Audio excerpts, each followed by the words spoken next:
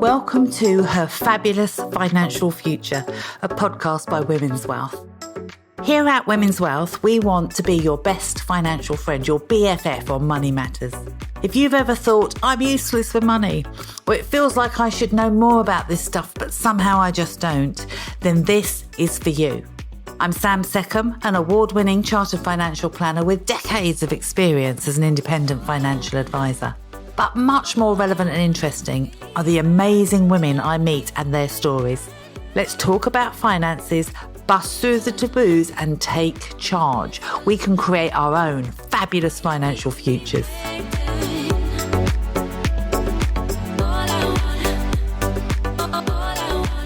Can I start then, Melly, by asking you, what was it that had you searching around? I think you found us on the internet. So what had you digging around on the internet trying to find a financial advisor?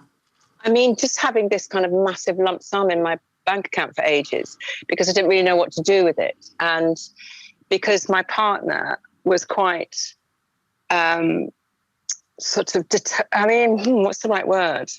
Quite emphatic, I guess, that I invested in his house, which I sort of felt that I should. And but there was a part of me that kept feeling quite nervous about that. And didn't know why, and I just wanted to explore it. And, and I was thinking, I wanted to do the right thing, for him. But I also felt a little bit pressurized by him. And I've just wanted to get some expert advice. So I started digging around on the internet.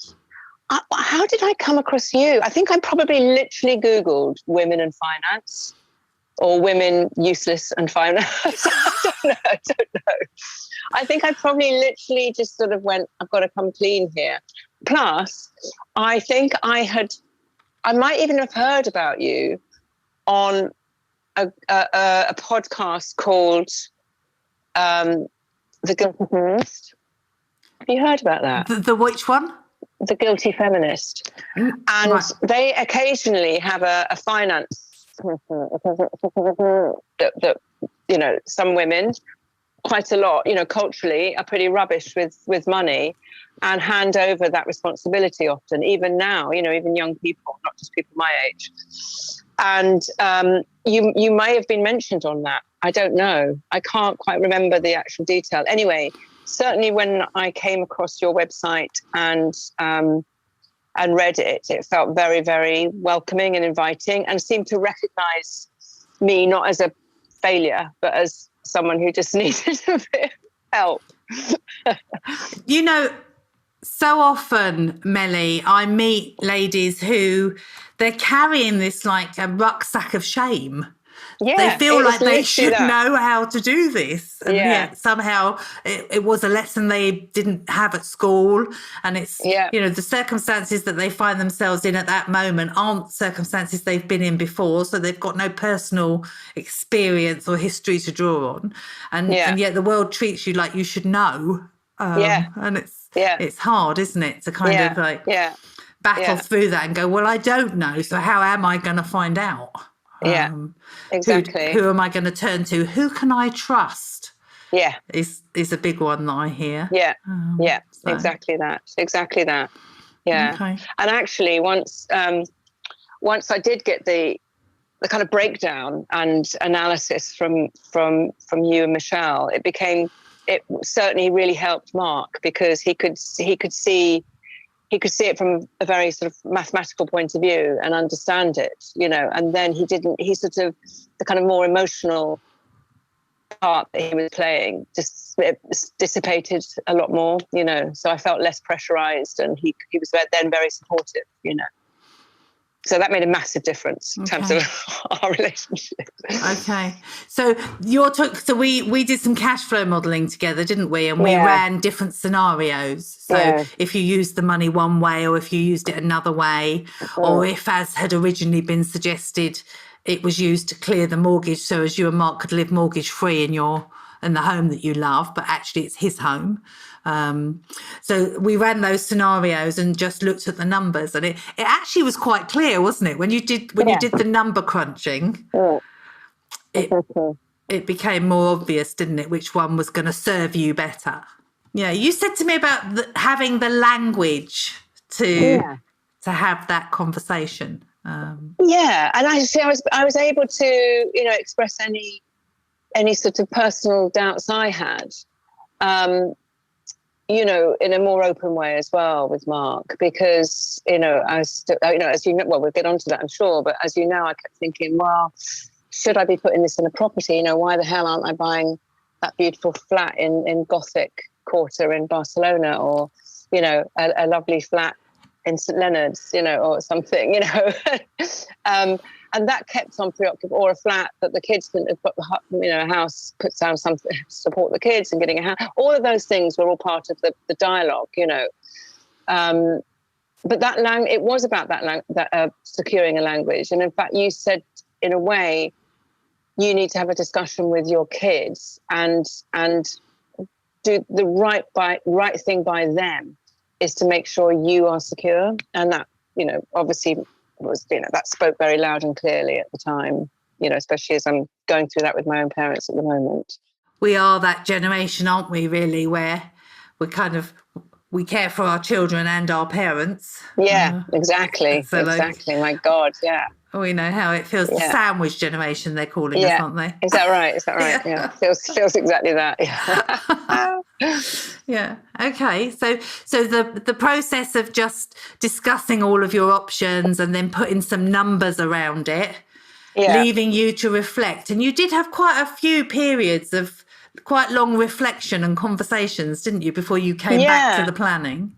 That's right. I was really unsure.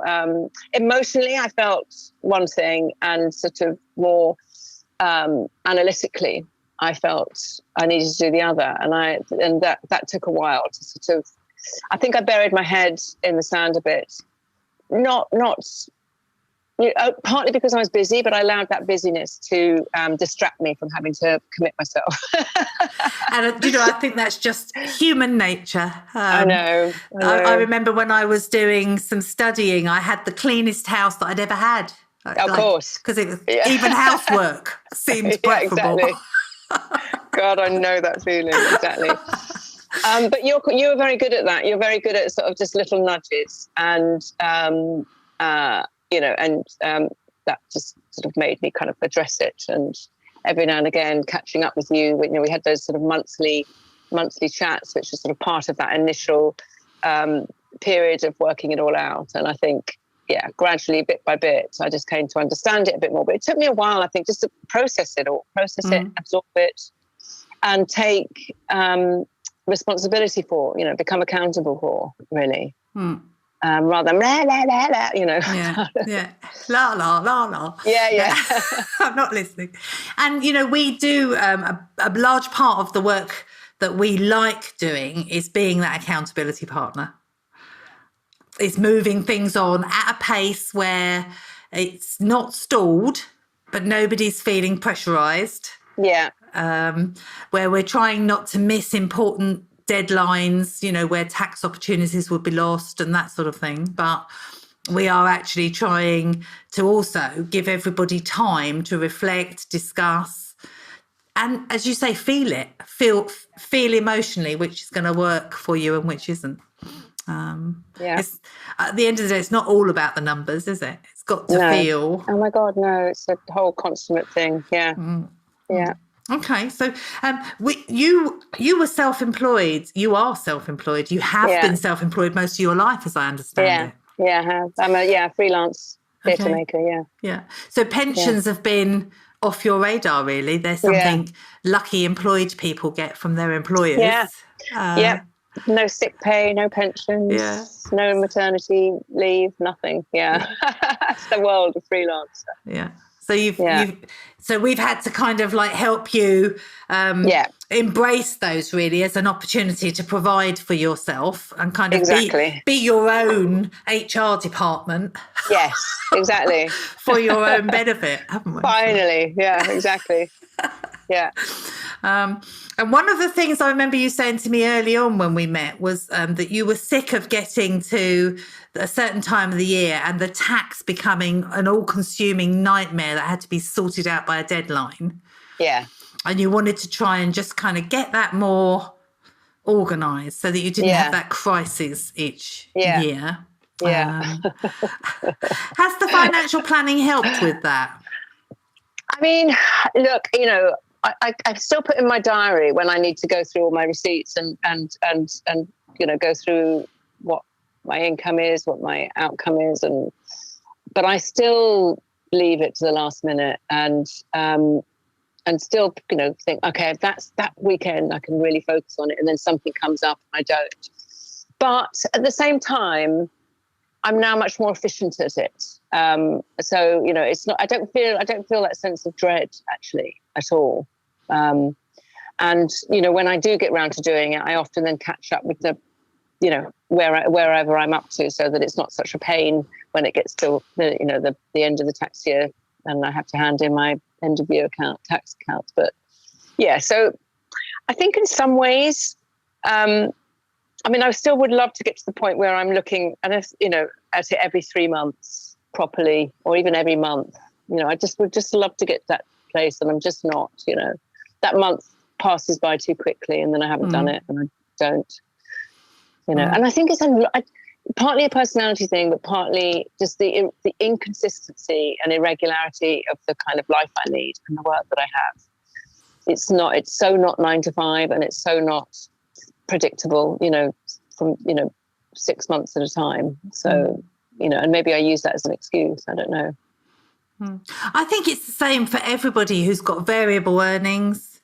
Variable time commitments. Yeah, that it's makes all very sense. well saying you're going to do something every month, but when one month's demands on your time are different to another's, you have to stay flexible around that. So I think it's maybe a question of not being too hard on yourself, but also honouring what you've set as an objective to try and deal with that feeling of like chaos and urgency, which makes you feel like you've not kept up, and it's all that flippant heaps of shame again, isn't it? I know. Yeah. Come our way. Yeah. Yeah. Okay, so there's some progress there, and again, if we can be a bit of an accountability partner for you to kind of help keep those things on track. Yeah. I know that we have a couple of key dates in our diary around making contributions to pensions and things, so that your tax bill isn't what it's been in the past, and you take advantage of the allowances that are out there for you. So that brings things into perspective every now and again. Yeah, that's good actually. I those nudges really help, I have to say. Good. Yeah. Good. We try not to feel like we're nagging. No. But it's also it's a nudge, not a nag. Yeah. Good. So you were talking a little bit earlier about the you've got grown-up children, and if you had combined your wealth with your partners, it was, how would they be looked after? And one of the things that made you think about buying another property was that it would be identifiable as yours, and then subsequently part of your legacy, clearly for your children. And the whole discussing that stuff is just so emotionally charged. Yeah. How did you navigate that? Actually, if I'm really honest, I haven't mentioned that to the kids. Not sort of hadn't sat down and talked to them about it in that respect. But, it's come up with each of them in different ways, in a more fluid way. I think in the end, it was just, I felt I trusted your expertise. Actually, that's a genuine response. You were quite clear that putting that money in a property, and in the end, I know that money in the property would be, would not go to the kids anyway, because the reality is it goes to care, and which is all it just becomes is completely drained anyway. That's the reality of living now, and dying.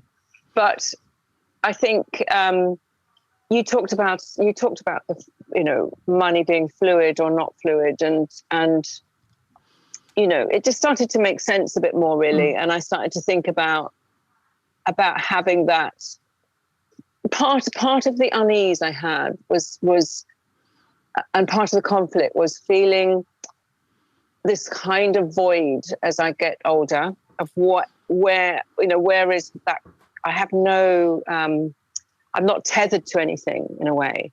And at the same time, part of me wanted to sort of deny that I was getting older. But, reality dawns, and I just sort of, looked at what your data and what you talked to me about. And yeah, it really was in the end. And you did talk to me about, in the end, you need to, didn't say it like this, but you said you kind of need to trust us. And that's where I went with it. Okay.